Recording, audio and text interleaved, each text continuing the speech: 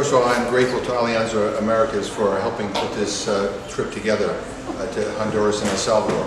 But what had the greatest impact on me was the stories. In Honduras, listening to Carlos, who was separated from his 6-year-old son, who was in some detention facility in New York City. I mean, it was heartbreaking. The United States and in El Salvador, listening to the human rights organizations talk about the harsh reality of what's happening here.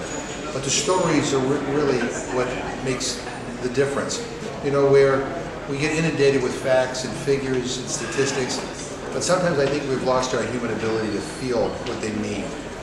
Coming to Honduras and El Salvador, talking to real people, not just government officials, not just our embassy, but real people, that's what is moving. And those are the stories that I'm going to tell when I go back to Washington to try to convince my colleagues to help protect those Hondurans and Salvadorans who have TPS.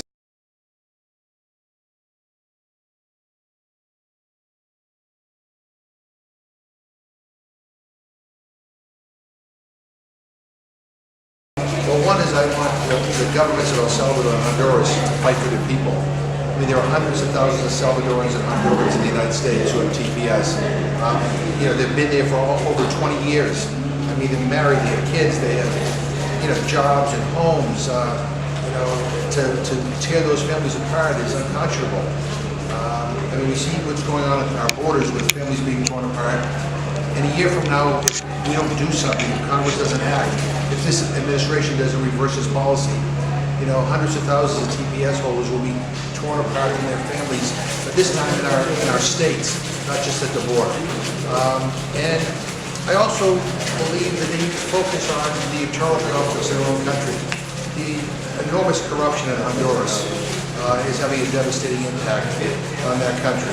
The human rights abuses, the abuses by security forces, the Honduran government needs to bring them under control. And in El Salvador, this country is as violent as Afghanistan. Too many people are fleeing because they're being forced into gangs, or their life is being threatened. It takes a lot to actually pack up and leave your country. So if we want to deal with the issue of migration, let's work with these countries to help improve conditions on the ground, and that's what I expect from both the governments of Honduras and El Salvador.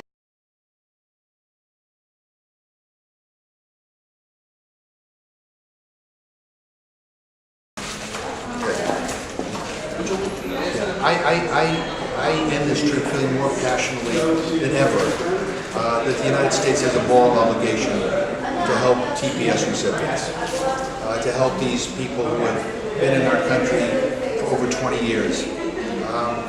It's the right thing to do, it's the moral thing to do. I've always believed that if the United States stands for anything, we need to stand out loud and foursquare for human rights. To forcibly send people back to the difficult conditions in places like Honduras and El Salvador, I think betrays our values as Americans. It betrays our adherence to a high standard of human rights. And we're better than this. I've met too many families down here that have been impacted by the violence. I have too many constituents who are in my district because they have fled the violence here.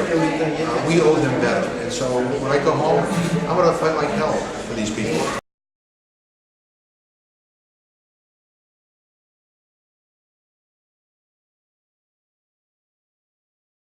What people need to do, if they care about these issues, is they need to pick up the phone and call their elected officials, call their congressperson, call their senators, ask them to help provide a pathway to citizenship for Hondurans and Salvadorans who have TPS.